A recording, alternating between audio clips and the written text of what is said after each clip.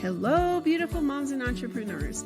My name is Charisse Walker, and I'm your host of the Unbreakable Mompreneurs podcast. This is a place where we come together to learn, grow, and inspire. So sit back, relax, and let's get started.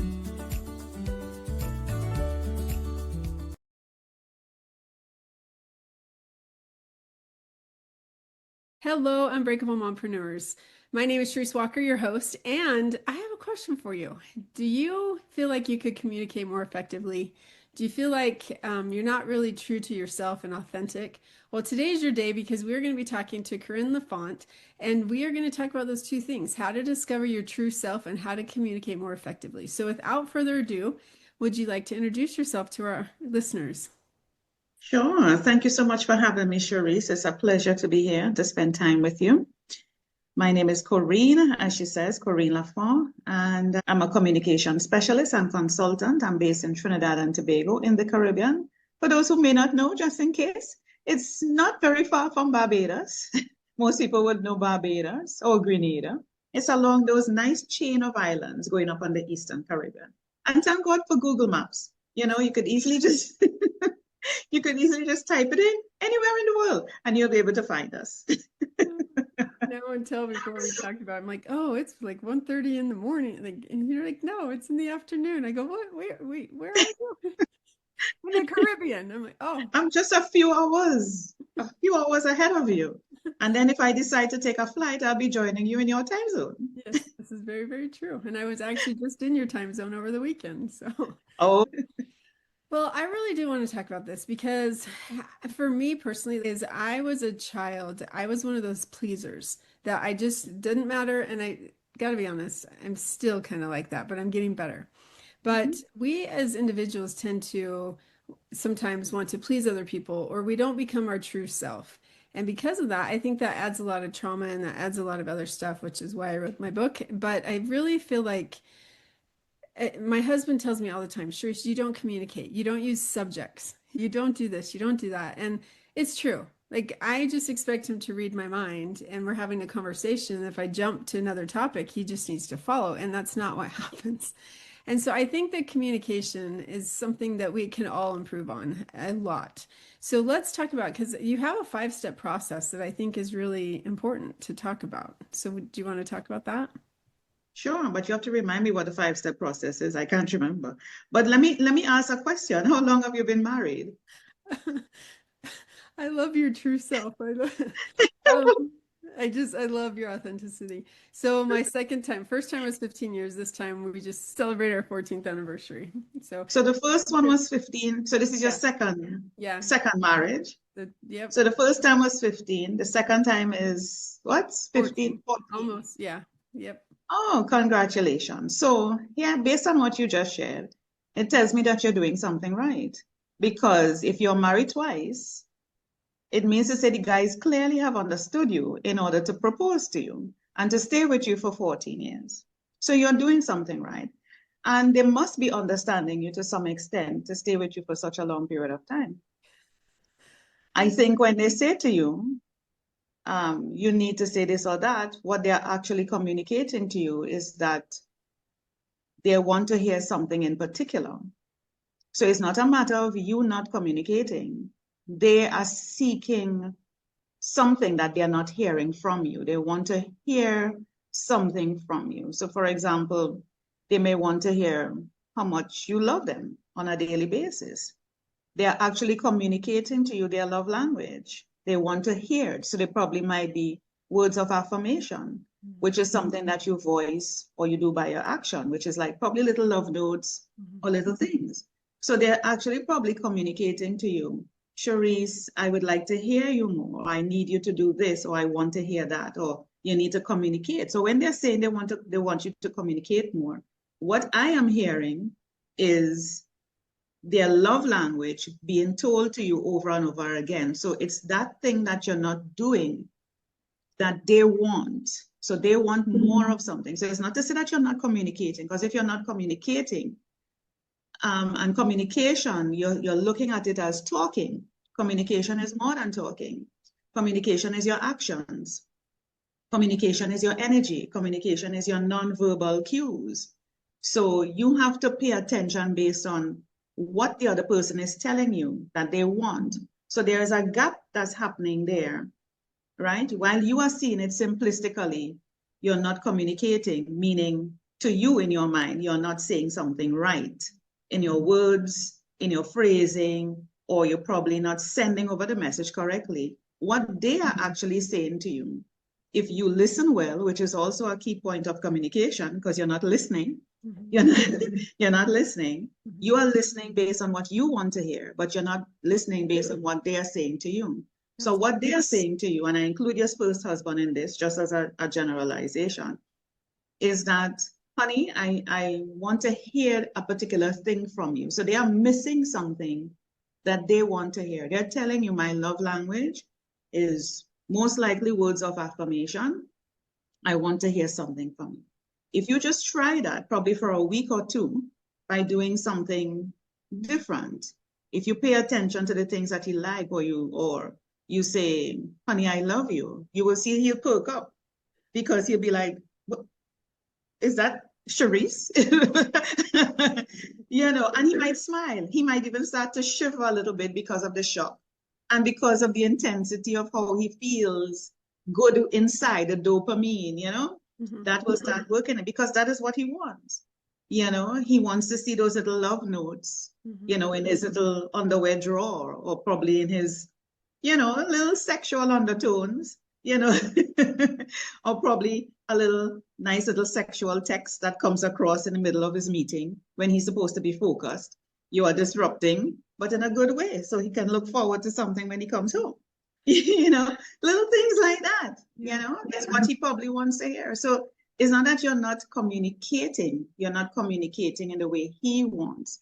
And that is a mistake we make in a lot of relationships. We communicate in the way we want persons to talk to us, but we have to understand how somebody's love language is, or what is their love language, and communicate to them in that way. So for me, let me put a highlight on me now. My love language is quality time. My other love language, or main love language, is acts of service. If you come over, if you cook for me every day, I love you for the rest of your life. Amen. I love you both for you, buddy. If you're a chef, and I mean, because if you're a chef, I automatically fall in love with you. I mean, you got me right there. I don't care about anything else. Or yard. Right? Because that is something I love. Food is my thing. Healthy food is my thing. Yeah. And I love seeing a man behind a kitchen. I don't mind helping you, but I want to be able to be spoiled that way, when you cook me, because I don't want to cook. I don't want to do that. I don't mind washing. I'll do a bit of cleaning, but you see the cooking, oh my God, you'll get me there. So once you speak to me in that love language, oh, I'm in love with you forever, amen. So we have to speak in that person's love language. So listen more, Charisse, and drop those little notes in the underwear drawer and the nice little sexual text, and tell him you love him, or you find that suit fits him good, or he look exceptionally handsome today, I 100% agree with that. And that's where I've noticed. And to get back to the question I asked, you have 5 steps. You went through the first 2 and you didn't even realize. I did. Yeah, discovering your strengths. So you totally pointed out my strengths right away, right? You said, well, you're doing this and you're doing this. So let's just focus on that.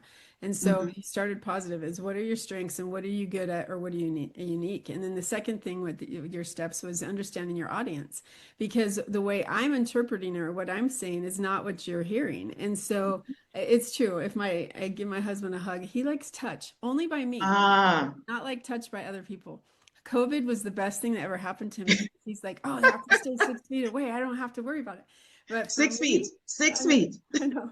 But for me, he's just like, ah. So if I touch him, he's like, oh, you like me today. And it's this joke that we have. It's not a negative thing. It's a joke that we have, which I won't get into. But so I think that those are the type of things that it really is important. And then making sure that your step 3 is developing your message, and then practice speaking and get feedback. And I think you can touch on that because this is your method.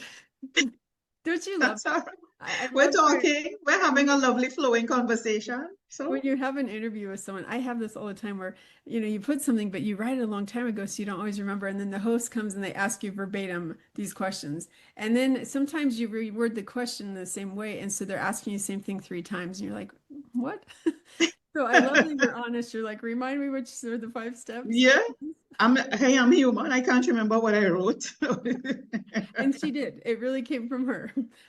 I'm not making it up. No, no, I really can't remember. You are not the only host who pointed out the 5 steps. I'm like, what 5 steps? What are you looking at? Tell me about it. Yes. Oh my gosh, I love you. So let's talk about leadership because when we're running a business or we're running a family, this is something I realized I might have run colleges, but I am not a good leader in my home. And I don't mean to take that lightly, and I don't mean to say negative things about myself, but what I mean by that is I need to teach my kids. Like, I was one of those kids that I just figured it out and I was involved in everything. Nowadays, I feel like kids are totally okay sitting on a computer literally all day long if they're allowed. And there's not ambition or drive. Like, we went out and played in the yard. We didn't have internet growing up. So that just wasn't an option. We didn't have Yeah. 200 or 500 channels. We had three and then 13. And so skill building is something and leadership that I think is really lacking. Like, I just feel like I could do so much better. So what is your advice to become a better leader? One thing I will say to you again, using you as an example, don't be hard on yourself and give yourself grace. Right. The thing about it, you're not doing anything wrong. There's no manual, there's no university you could go to for parenting. You learn on the go. And our children actually come into this world. This is my belief. Nobody else has to believe it. Children come into the world to teach us. It's not the other way around. They are here to teach us. So ask yourself, what are your children teaching you about you? What are the lessons? Yes. What are they teaching you about you? So let's just use a wide example. So if somebody has a challenged child, they didn't necessarily ask for that. Nobody asked for a challenged child or autistic, whatever situation. But that child teaches you a lot of things because you're not prepared for that. You were not born with the skills for that as a parent. Yeah. But you learn and you figure it out as you go along. And so because of that experience that you will have with that challenged child, it helps you to be better with people in the workplace, with your own other family members, with other people's children, with total strangers, with sitting in a restaurant. So your children are teaching you something. And what you need to do is sit and observe and talk with them and don't be so parentish or parental, thinking because in your mind, I am the mother, I am the parent, you have to listen to me. Or you feel in this day and age, they're more online, which is true, because that is just the timing. Yeah. Could we do something about it? Sure. But what would result from that? Resentment, because we know, especially as women, let's take an example. If our parents told us, don't talk to that boy or don't go over there, that is exactly where we're going. Yeah. So it makes no sense trying to deter them from using it. What we could do is say, hey, have a sort of negotiation. Young people these days like to negotiate a lot of things. We didn't have that capacity, or opportunity. So you negotiate. You say, hey, let's sit at the table or whatever it is. And you make sure that it's business-like. All right, it's business. So we are negotiating, mother and child. I noticed that, for example, you're spending a lot of time. How is this impacting your work? If it's not impacting their schoolwork, hey, don't make it an issue. Okay, if they're still maintaining their grades, they're doing well, they're socially, active, don't make it an issue. It's when it becomes an issue is when you could probably say something or bring it up. But if it's not an issue, because the first thing I would say to you as your daughter, Mom, my grades are great. What is your problem? I am doing everything else. I'm doing the chores in the house. I'm cleaning my room. What is the problem? So it's like the parent is coming across as if they're making an issue out of anything and you're parenting. You're becoming the bad girl or the bad guy in terms of a husband. But just negotiate. Spend time with them. As a matter of fact, you pick up an iPad or a phone and do the things that they're doing. Say, hey, what are you doing? I want to learn what you're doing. Get in their space, get in their head. Because if they're spending so much time with something, it matters to them. Yeah. And so you have to try and understand, what is this thing that is mattering to you so much that you're spending so much time? Play the games, understand, get into their mind. Why are they playing these games? What it is that's intriguing them as opposed to going outside, and then find certain activities probably on weekends that you could do that involves not just sitting and talking to each other, but involves social interaction. Bring their friends, people who are there, they like to be around. Let them choose whichever friends they want and do things. Playground, some sort of activity where you have to give up your phone, at least in a couple of hours. And you have to interact with another human being or with other strangers, a team kind of activity. Camps tend to do these type of things really well, where they are put in groups, total strangers they never met, and they have to produce or do something or create something. So you get to see another side of them, and they get to see another side of themselves. But get into what they're doing. If they're spending time watching a particular show, TV, game, whatever it is, sit and watch with them. And they'll be like, oh, Mom, why do you have to be here? I'd be like, hey, this is my house. I could sit anywhere. And I just want to spend time with you. I want to understand what you're doing. Show me, explain to me, what about this excites you? And I think, you've said two things to kind of summarize. It would be spending time and taking an interest in what they're doing. I Of was course. talking to one of my kids last night, and it's, well, you shut me down with everything. I said, please give me an example, because I want to be the mom where I encourage you to do anything you ever want to do and follow your dreams. So now you're telling me I shut you down. Can you please tell me? He couldn't, or she. It's a he. But here's the thing, Charisse. We have to be careful to draw the line. Yeah. We are parents, but we are not your friends. Yeah. You already have friends as a child. That's your friends thing. But in here, I'm your parent. I am supposed to make sure that you are equipped and provide you with the right environment and skills that when I push you out the door, when I kick you out, that you could survive. Yeah. You know where to go. And you say it like that. When I kick your butt to the curb, you could survive. So they know that it's coming. They're not getting comfortable staying in the house. You say to them, hey, when I kick your butt to the curb, you could survive. That's what I'm doing. You and my husband would be very, very good friends. I think you tell them the real thing. Yeah, I'm kicking your butt to the curb. How old are they now? I have from 25, which they are out of the house, to 10. So. Oh, yeah. Well, the 10-year-olds, they need to know from now. You're kicking them out of the house. Right? At age 18? My generation, I left at 17 and I came back for a summer. That was it. And then I was done. And so it's just interesting that these kids, they keep coming back or they just stay. Because you create the environment for them to come back. Then you need to kind of pound it in. You're not coming back in this house. I'm preparing you to. They have left. If they leave, they leave. They don't really come back. So yeah, well, I think it's interesting that you have some that they get married and they're still living with mom and dad. And if that's who you are and that's what you want, but it's just interesting that how we enable our children and even in workplace, our employees, like we just, I used to be that boss where I would do everything because I didn't want to ask anybody for help or something. And or I felt like it wouldn't be done the way I thought. And I mean, I've completely changed. I'm like, here's the task. Here's the end goal. Here's what I want. Here's your parameters. Run, right? And I will be here. And I mean, we still communicate, we still interact, but you're not doing anything. You're not helping anybody. You're not helping. Yeah. And even if they make crap out of it, say, great. The effort is great. I'm glad to see you do this. Now, let me, tell, as a matter of fact, don't assume that they need the help. You ask them, do you think this could have been better? Are you satisfied with what you have done? Is this something that if you were to stand up in front of 10 people to present it, would you feel confident to do it? And if they say yes to all of that, hey, good for you. I'll support you from the back, If you feel proud of this thing that you create, hey, I will support you hands down. Hey, Charisse did that all on her own. And I'm so proud of her effort and what she did, Hey, that's what you do. No sarcasm, you support.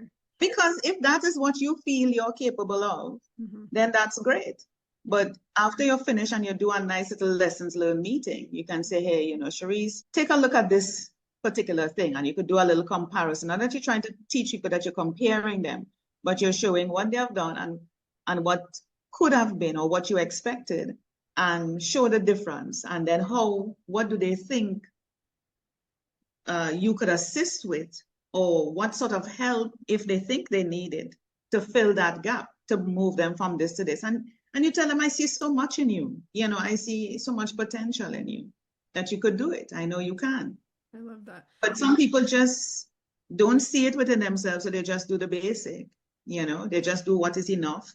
Some people just not prepared to do anymore because they may be thinking, I'm being paid this amount and this is equivalent. They already worked out the maths and feel, well, $10 is my pay. I'm going to give $10 worth or $5 worth and pay myself $5 extra, Yeah, you just have to get into the minds of people and observe them. And I like that. Over time.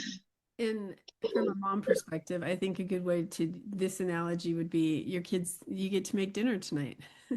So if they're going to make something really gross, it's like, well, we're all going to eat it with pleasure, Charisse. No, but what I mean by that is if they're going to do kind of a side job, well, we're going to all eat it, including you. So of course, we're all eating it.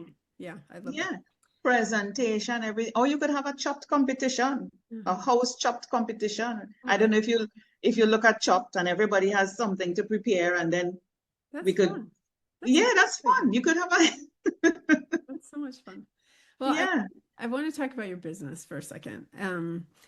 Because you are a communication specialist and a consultant. And so how do you get your clients? I bid for them, I think. They come to me. Sometimes they request. I don't necessarily do much marketing. People know me out on the World Wide Web, People haven't said that word in a long time, World Wide Web. But true. Yeah, haven't heard that in a while. But yeah, I'm out there and people will reach me. Some people who know me within the network and they know what I do. They will say, hey, Corine, are you interested in this project? And so I will say, sure. And they either suggest me, so there's no sort of protocol to go through, or I may have to submit my resume, just for transparency and a proper process. But normally that's what I do. Yeah, and then I do things like this, come on podcasts. It goes out there, people hear me, they hear my expertise, they might like me, my personality, my voice, where I live, I don't know. And they just decide to reach out to me. So how did you find this is first of all, what is your why and how did you find this path? It found me. Okay. It found me. I naturally aligned with communications since I was born. I've always spoken very well. To me, I never knew that. From a child, I was actually jeered at for the way I spoke. My own cousins laughed at me when I said a proper sentence, proper grammar, and they actually laughed at me. And I still live with that up to this day because, you feel your older siblings and relatives are laughing at you when you know to yourself you haven't said anything wrong. Right. But because they embarrass you and everybody was just laughing, you feel a way about it, Mm-hmm. But I have come to terms with that because even up to this day and age, people are like, you're not from Trinidad, because I don't have a strong, probably Trinidadian accent or the way how I speak, which I don't recognize because what you hear with yourself is not what other people hear. And then when I record, because I do voiceover, it's a different sound. Nobody could recognize it's me. So it just works. And I'm very good with the written language. I'm very good with communicating with people. I'm not perfect. Far from it. It's always a work in progress. And that is what makes it interesting to me. That every day when I interact with people, so like when I'm talking with you or anybody else, I am always replaying that conversation. What could I have done better, said better, or explain better, or, things like that. But we have to know in communication that people have different backgrounds, people come with different baggage, people come with different trauma, a whole lot of other things. And it doesn't matter what you say. Sometimes you could never say the right thing to somebody, because they will always interpret it in a way that is coming from their own experience and background. So just do the best that you can. Be comfortable with yourself. Yeah. Nope. I love that. And are you a mom? I am. Okay. So my next question, and I forgot to ask you that before, that's why I asked it. That's all right. So I want you to imagine yourself sitting on a park bench and a 9-month pregnant woman comes up to you and she's first-time mom, and you kind of flash back to your time, right? And now where you are today with your kids. What is one piece of advice, if it could be anything, that you would give her as a new, soon to be new mom? Enjoy the process. Okay. Enjoy the process. You're starting a new journey. Something happens to us when we become a mom. Being pregnant is one thing, but from the time you give birth, something happens. I can't explain it. I don't know if it happens for fathers. I don't think it does. But for mothers, I don't know if it's a process that we go through carrying this baby within us. And having that bond or something. I don't know what happens, but from the time that child comes out, there is a totally difference. You turn into somebody else. Not in a bad way, but it's like you realize it's not about you. You have another person now that you're totally responsible for, that you may have to give your life for, that you will be prepared to probably give your life for. That is dependent on you. I've heard fathers say it when they have daughters. It's different when they have a boy child. I guess they could throw him out in the woods and let the wolves take him. But when it's a girl, it's like, no, I'm gonna kill that wolf and all these other siblings. Any boy that come and say hello to her, what are you doing? What are you doing? No, you don't say hello to my daughter. It's just, there's something that happens to us. It's the same thing that happens when you get married. Well, you could tell me because I haven't been married. When that ring goes on that finger, it's like something happens. I don't know. I sense it without, I don't know. Something happens. I don't know. If you understand, which again, my book gets into, if you understand the commitment that you're making, yes, something different. It changes. But that's what I'm saying. It's the same thing with commitment being a parent. It's a lifelong commitment. You can't sever that. Even if you give up your child, you are still a mom. Yeah. You're still a mom. It doesn't sever. It's a permanent, forever kind of thing. So I would say enjoy the process, to the new mom. You can't get back this feeling again. This is something that will live with you forever. And you've been blessed to be able to carry a child and have a child and get the status of a mom. There's no training. There's no nothing. You give yourself grace. Like I said to you, Charisse, earlier, give yourself grace. And you will make mistakes, but you'll be able to learn from them. Yep. That's very true. Well, Corine, thank you so much. And if our listeners wanted to get a hold of you, because they're like, she's got some great advice, I want more, then how do they find you? Well, they could either go through you to get to me, which is probably the fastest way, or they could just Google my name, Corine La Font, on LinkedIn or on Google, and they'll find me. You must see this cute face anywhere. So. I love that. That is so great. Well, thank you so much for being on. Thank you for having me. I had a really good time. Thank you. Thank you. And Unbreakable Moms, there's a lot of golden nuggets that happened here today. And we talked about making sure that your message is clear and that you're taking it from another person's perspective and that you are true to yourself and to make sure that you enjoy the process. Those are just a few of the things I took away. And so I hope that in your life, you really, you take this and you decide to be you and be unapologetic about it because there's only one you and you are important and you matter. So go out and make it a great day. Beautiful moms, remember, you are unbreakable. Keep illuminating the world with your strength, pursuing your dreams, and reveling in the splendor of motherhood. This is Charisse Walker, bidding you farewell for now. Stay tuned for more empowering conversations on the next episode of the Unbreakable Mompreneurs podcast. Until then, keep shining bright. Signing off with love, Charisse Walker.